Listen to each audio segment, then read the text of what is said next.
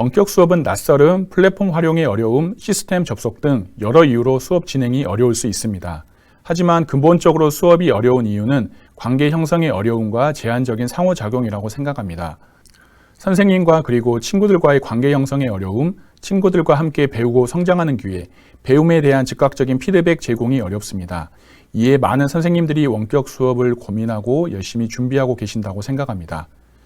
선생님들에게 원격 수업 진행에 도움이 되기를 희망하면서 몇 가지 내용을 말씀드립니다. 첫 번째는 수업 패턴과 수업 진행 시 유의점입니다. 원격 수업도 교과목에 맞게 도입, 전개, 정리, 단계별로 기본적인 수업 패턴을 정하면 도움이 됩니다. 저는 수학 수업의 패턴을 도입 단계에서는 이 학습터의 영상을 활용한 동기 유발, 그리고 교과서 PPT를 활용합니다. 전개 단계에서는 수업 내용 설명과 활동은 교과서 PPT와 익힘책 PPT를 활용합니다. 이 학습터 및 EBS 매스를 활용하여 수업 내용과 관련 영상이 있다면 준비합니다.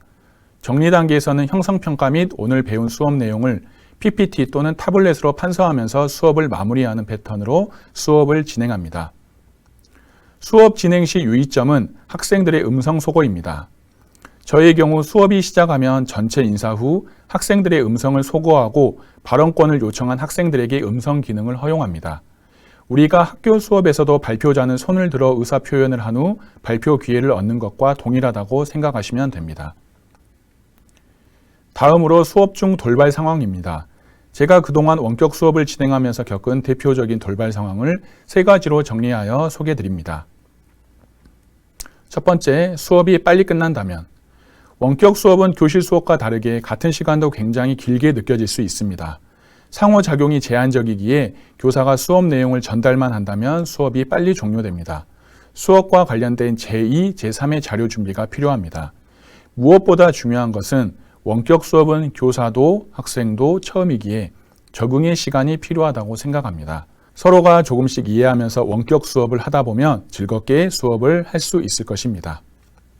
두 번째, 수업 중 오류가 발생한다면 교사 컴퓨터의 오류, 참여 학생의 오류, 시스템의 다운 등 다양한 가능성이 존재합니다. 여기에 대한 대응을 어떻게 해야 할까요?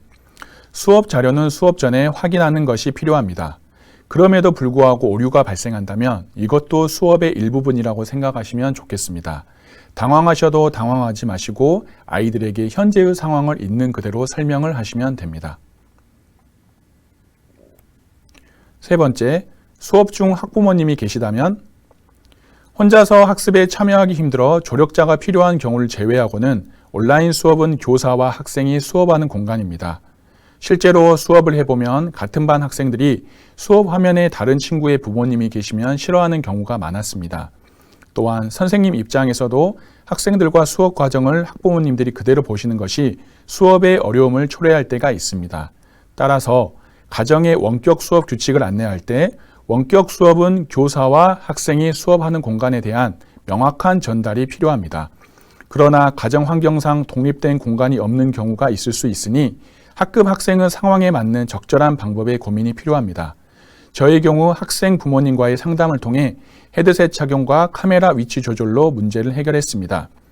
만약 다자녀 가정에서 독립된 공간 확보가 어려울 경우에도 헤드셋을 통해서 문제 해결이 가능하지 않을까 생각합니다. 원격 수업을 위한 마지막 이야기로 수업이 끝난 뒤에 대하여 말씀드리겠습니다. 수업이 끝나면 건강을 위해 스트레칭 하시기를 권장합니다. 긴장과 제한된 움직임으로 생각보다 몸이 많이 피곤할 수 있습니다. 그 다음에 수업 과정, 활용의 어려움, 수업 참여 등을 상담으로 확인하시면 됩니다.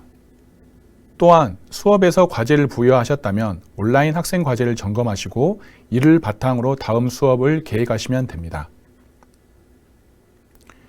어려운 시기지만 서로 협력하여 슬기롭고 건강하게 보내면 좋겠습니다. 다들 건강하시고 힘내세요. 감사합니다.